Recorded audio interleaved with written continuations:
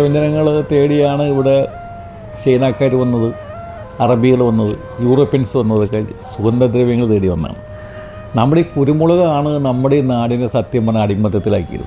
ഇവിടെ ഈ കുരുമുളക് ഇല്ലായിരുന്നുവെങ്കിൽ ഈ പറയപ്പെട്ട വിദേശികളാരും ഇവിടെ രാജ്യം കീഴടക്കാനോ ഒന്നും ഇങ്ങോട്ട് വരില്ലായിരുന്നു. ലോകചരിത്രത്തിൻ്റെ ഭൂപടത്തിൽ കൊച്ചിക്കൊരു സ്ഥാനം ഉണ്ടായിരുന്നു. കൊച്ചി ഒരു തുറമുഖ നഗരമായിരുന്നു. ലോകത്തിലെ മുഴുവൻ ആളുകളും ഇവിടെ വ്യാപാരത്തിനായി കടന്നു വന്നു. ഒരു തുറമുഖ നഗരം വലിയ പ്രൗഢിയുള്ള നഗരമായിരുന്നു. അതോടൊപ്പം തന്നെ ധാന്യത്തിന് വില നിശ്ചയിക്കുന്നത് ഇവിടെയാണ്. ഒരു മണി അരി എന്ത് വിലക്ക് നിശ്ചയിക്കുന്ന ഒരു നഗരമായിരുന്നു കൊച്ചി. ഫോർട്ട് കൊച്ചി, ഹസ്ബിൻവാൾ, വോൾക്കാട് ഒക്കെ പാണ്ഡ്യരാളാണ്. അതേപോലെ കാക്കുബായി, ചാക്കുബായി ഈ പാലത്തിൻ്റെ ഇറക്കി തന്നെ അവിടെ സുക്ക, ബീഡിയല, പിന്നെ കുരുമുളക്, അങ്ങനെ ഫോർട്ട് കൊച്ചി മുതൽ തുടങ്ങും. അവിടെ മുതൽ പിന്നെ മട്ടാഞ്ചേരിയിലൊക്കെ കടന്നു കഴിഞ്ഞാൽ തന്നെ സൗത്ത് ഇന്ത്യൻ കോർപ്പറേഷൻ എന്ന് പറഞ്ഞു കഴിഞ്ഞാൽ വലിയൊരു കമ്പനി മട്ടാഞ്ചേരിയിലായിരുന്നു. പിന്നെ ആജിക്കാസിനാർ. അപ്പം മട്ടാഞ്ചേരി എന്ന് വെച്ച് കഴിഞ്ഞാൽ വളരെയധികം പ്രതാപ കാലഘട്ടം തന്നെയായിരുന്നു. അന്ന് റബ്ബർ, വെളിച്ചെണ്ണ, കയർ ഇതെല്ലാം നമ്മളെ ഈ മട്ടാഞ്ചേരിയിൽ തന്നെയായിരുന്നു നിലനിന്നിരുന്നത്. റോഡിലൊക്കെ ഭയങ്കര തിരക്കാണ്. തിരക്കെന്ന് പറഞ്ഞാൽ ഇവിടെ ഒരു 4-5 ഷിപ്പിംഗ് കമ്പനികൾ തന്നെയായിരുന്നു. Bombay visitors, India navigation company, അങ്ങനെ കൊച്ചിൻ ഷിപ്പിംഗ് കമ്പനി.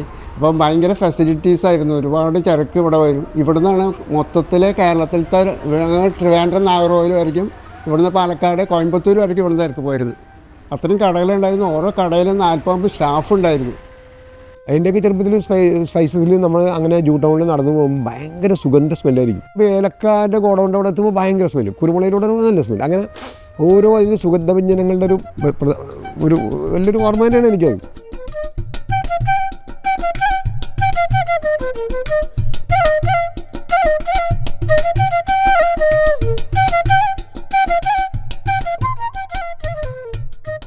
മാർക്കറ്റ് സംബന്ധിച്ചിപ്പോൾ നോക്കുകയാണെങ്കിൽ എറണാകുളം തന്നെയാണ് ഇപ്പോഴത്തെ ഈ നിലവിൽ, ഇന്നത്തെ നിലവിൽ. ആദ്യം മുൻകാലങ്ങളിലാണെന്നുണ്ടെങ്കിൽ കുരുമുളകാണെങ്കിലും മറ്റേ എന്തൊരു സാധനം എന്നുണ്ടെങ്കിൽ മട്ടാഞ്ചേരി ചെന്നാലും ആ സാധനങ്ങൾ എന്തൊരു സാധനവും മട്ടാഞ്ചേരി കിട്ടുമായിരുന്നു. നിർഭാഗ്യകരമായിട്ട് ഉണ്ടായ സംഭവമാണ് മട്ടാഞ്ചേരി ബസാറിൽ നിന്ന് കച്ചവടക്കാർ പോകാനുള്ള പ്രധാന കാരണങ്ങളൊന്ന് വർഗീയ കലാപം ഉണ്ടായി എന്നുള്ളതാണ്. പിന്നെ എൻ്റെ ഇടയ്ക്ക് 92 കലാപം ഉണ്ടായിരുന്നു. ഇവിടെ ഒരു വർഗീയ കലാപം വന്ന് 92 അത് ബസാറിനെ ക്ഷയിപ്പിക്കാൻ ഒരു പ്രധാന കാരണമാണ്. അതിനെക്കുറിച്ചൊരു പാട്ട് തന്നെ പറഞ്ഞിട്ടുണ്ട്. കാട്ടാളന്മാർ നാട്ടുവരിച്ച് കാട്ടിൽ തീ മഴ പെയ്തപ്പോൾ പട്ടാളത്തെ പുല്ലായി കരുതിയ മട്ടാഞ്ചേരി മറക്കാമോ. വർഗീയ കലാപങ്ങളുണ്ടായിരുന്നു. എന്നാലും അത് ആ സമയത്ത് കുറച്ച് പണികൾ എറണാകുളത്തോട്ട് മാറിയിരുന്നു. പക്ഷെ അതിന് ശേഷവും ഒരുപാട് വർഷം പിന്നെ പഴക്കമുണ്ട്. എൻ്റെ ഓർമ്മയിൽ ഒരു 10-20 വർഷം മുമ്പാണ് തോന്നുന്നത് ആ ഒരു സംഭവം ഉണ്ടായത്. പക്ഷെ അതിന് ശേഷവും പണി ഉണ്ടായിരുന്നു കേട്ടോ. നമുക്ക് ഉറങ്ങുന്നവനെ ഉണർത്താം, ഉറക്കം നടിക്കുന്നവനെ ഉണർത്താൻ പറ്റില്ല. ഒരു ഉറങ്ങുന്ന ആൾ നമുക്ക് മുട്ടിയാൽ വിളിച്ചാൽ എണീക്കും, പക്ഷെ ഉറക്കം നടിക്കുന്ന ആൾ എത്ര വിളിച്ചാലും എണീന്നേക്കില്ല. അപ്പോൾ ചില സങ്കുചിത താല്പര്യക്കാർ ഉണ്ടാക്കുന്ന ചില വിഷയങ്ങളാണ് മട്ടാഞ്ചേരിയോടുള്ള ഇപ്പോൾ ഈ കാണുന്നത്തെ ഒരു മോശമായൊരു സാഹചര്യം.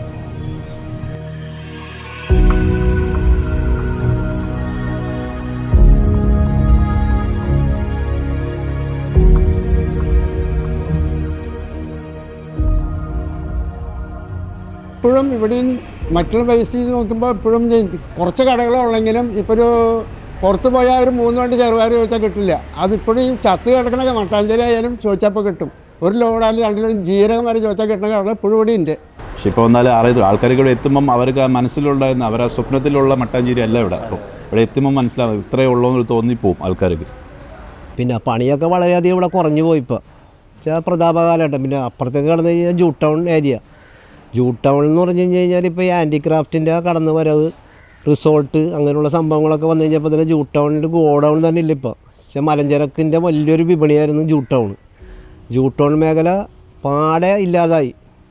അവിടെ കയർ, അതേപോലെ മലഞ്ചരക്ക്, സുഗന്ധ ദ്രവ്യങ്ങൾ, അങ്ങനെയുള്ള ഒരു ഇതായിരുന്നു. ചുക്ക്, കുരുമുളക്, ഏലം, അങ്ങനെയുള്ള ഭയങ്കരമായൊരു വ്യവസായ ഒരു മേഖലയായിരുന്നു ജൂ ടൗൺ.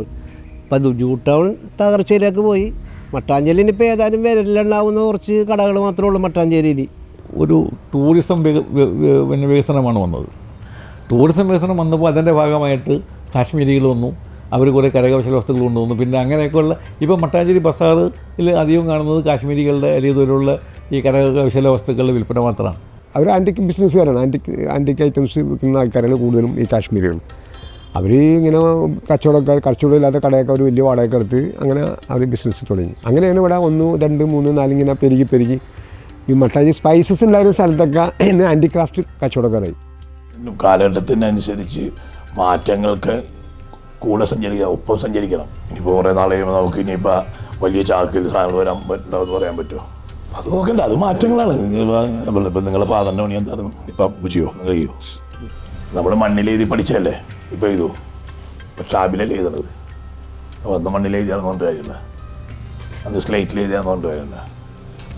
മാറ്റത്തിൻ്റെ അനുസരിച്ച് ഒപ്പം സഞ്ചരിക്കാൻ പ്രാപ്തരാകണം.